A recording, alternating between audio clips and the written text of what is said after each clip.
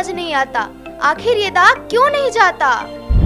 दाग भी जाएंगे और बैक्टीरिया भी अगर इस्तेमाल करोगी पूजा श्री। पूजा श्री? हाँ चलो दिखाती हूँ। ये है ट्रिपल एक्शन पूजा श्री डिटर्जेंट पाउडर जो 100% बैक्टीरिया क्लीन करे, जिद्दी दागों को आसानी से हटाए और कपड़े बनाए खुशबूदार और चमकदार।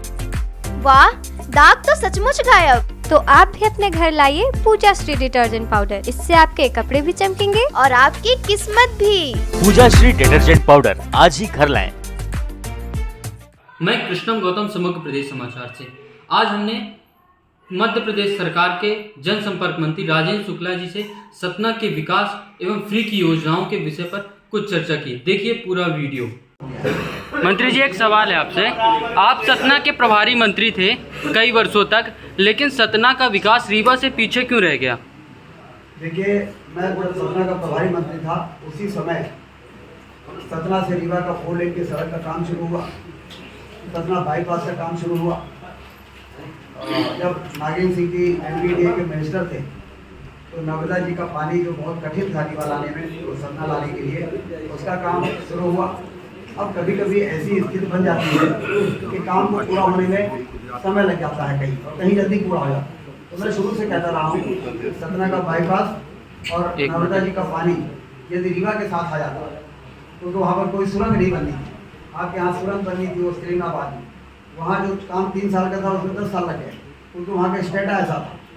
और सतना बाईपास बनने में रेलवे का कुछ चक्कर आ गया था, ऊपर नीचे हो गया था, उसके कारण डिले तो हुआ है। लेकिन सतना पिछड़ा नहीं है विकास के मामले में। आप देखना आने वाले दिनों में सतना और रीवा कंधे चलेंगे और दोनों का एक साथ विकास होगा। सतना में एक ही फ्लाईओवर बना, जबकि रीवा में 4 बन चुके हैं। एक फ्लाईओवर के लिए कई वर्षों लग गए। पहले से बना था, एक तो पहले से बना है ना रेलवे वाला, बन गया है। सर मैं पूछूं, आपके संकल्प पत्र में, श्रीमान जी संकल्प पत्र में ज्यादातर घोषणाएं फ्री देने की हैं। क्या पूरे देश को फ्री खाने वाला बनाया जाए? देश ऊपर उठ रहा है कि नीचे जा रहा है? और आपकी सरकार में जो गांव गोद लिए हैं थे, आज भी गोद में है, बाहर निकल के खेल नहीं रहे हैं। सर आप कहते हैं हम जो कहते हैं वो पूरी वचन सत्य होते हैं, ऐसे कैसे? देखिए, देश की अर्थव्यवस्था जब मजबूत होती है तो देश ये कोई कॉमर्शियल ऑर्गेनाइजेशन तो है नहीं, वेलफेयर स्टेट है हमारा। जन के कल्याण के लिए हम सुशासन के माध्यम से अपनी आर्थिक स्थिति को मजबूत करते हैं, रेवेन्यू का कलेक्शन करते हैं, और उससे जो उनके पास कुछ नहीं है, जो गरीब है, उनको सहारा देते हैं। ये वेलफेयर स्टेट की परिभाषा है। नहीं तो उस परिभाषा का पालन करते हुए जो गरीब हैं उनको हम मुफ्त में अनाज दे रहे हैं, जो अन्य लोगों को दे रहे हैं। सर इस पे रोजगार देके तो मजबूत बनाया जाता है, कर्ज लेके अगर फ्री बांटा जा रहा है तो ये कहाँ की योग्यता माने? क्या धर्म, क्या राष्ट्र एक होगा? देखिए, अप्रत्यक्ष जो रोजगार जो है, मैं आपको बताऊं कि जब विकास की क्रांति होती है तो अप्रत्यक्ष रोजगार का सृजन हो जाता है।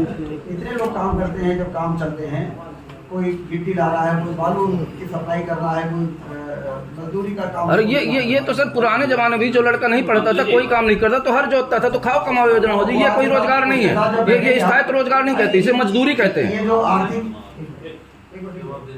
जवाब दे रहे हैं, ये जो आर्थिक चक्र है, ये आर्थिक चक्र जब नहीं चलता तब परेशान होना चाहिए। जब आर्थिक चक्र चल पड़ा है, इतना व्यवसाय बढ़ेगा तो उससे इतने रोजगार के अवसर होंगे कि लोगों को वहाँ पर एडजस्टमेंट हो जाता है। इसके लिए हम अलग से आपसे साथ बैठ के सर इस पे मैं सवाल करूंगा। महात्मा गांधी ने जब जाति जनगणना 1831 में जाति जनगणना अंग्रेजों ने की थी, उसके बाद महात्मा गांधी ने कहा था अगर हम जाति जनगणना या OBC जनगणना की बात करते हैं तो हम भारत में सांप के दांत बो रहे हैं। तो आपकी सरकार भी तो जनगणना की बात करती है, तो क्या देश को विखंडित करने की प्रोग्राम है?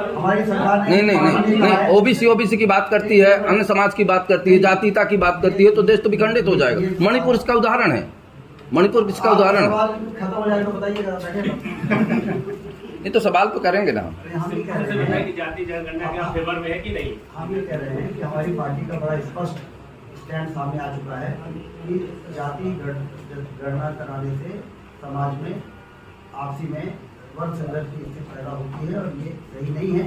समय समय पर जैसे जैसे आता है, चाहे आरक्षण का विषय हो, चाहे महिला आरक्षण का विषय हो, जो निर्णय सामाजिक एकता को बिना कुछ प्रभावित किए और लाभ के होते हैं, उसमें हमारी सरकार शांति के साथ काम कर रही है। महिला आरक्षण कितना उठा हुआ मामला था, लेकिन कितनी कुशलता से सुलझाया है। अब उसमें इन लोगों को लगा कि अरे ये तो हम नहीं कर पाए, इन्होंने कर दिया, तो उसमें कहने लगे ओबीसी और आरक्षण की बातें करने लगे, जिससे कि मामला उलझ जाए और ये इम्प्लीमेंट ना हो पाए।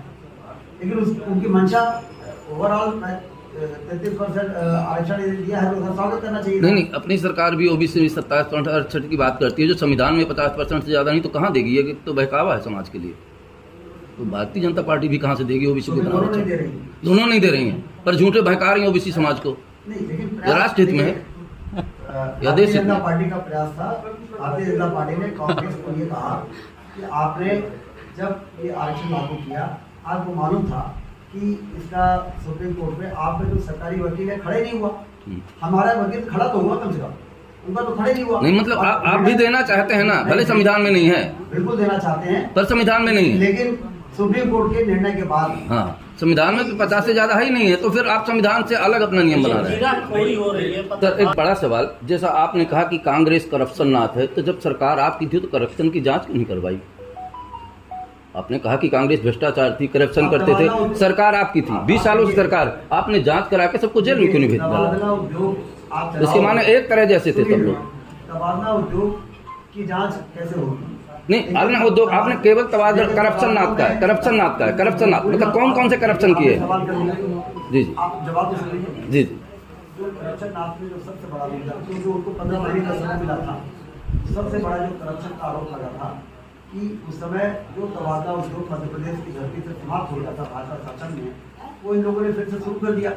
पूरा बल्लभ भवन इस प्रकार के लोगों से भरा रहता था, आओ तबादले का ऑर्डर ले लो, उनके साथ 5 आदमी चल रहे हैं, एक तबादले वाले के एक नेता के पीछे 10-10 लोग लगे हैं, अब तबादला के अलावा कुछ काम ही नहीं कर रहे थे। नहीं तो ये तो करप्शन है ना, करप्शन है ना, तो सरकार को इस पर जांच करनी चाहिए ना। तबादला उद्योग नहीं आता है, करप्शन है। देखिए, उनको तो सजा उनके ही पार्टी के विधायकों ने दे दिया। नहीं, वो अलग बात है, सरकार ने क्या किया, हम सवाल सरकार से कर रहे हैं। भाई साहब, अगर सरकार काफी बनती है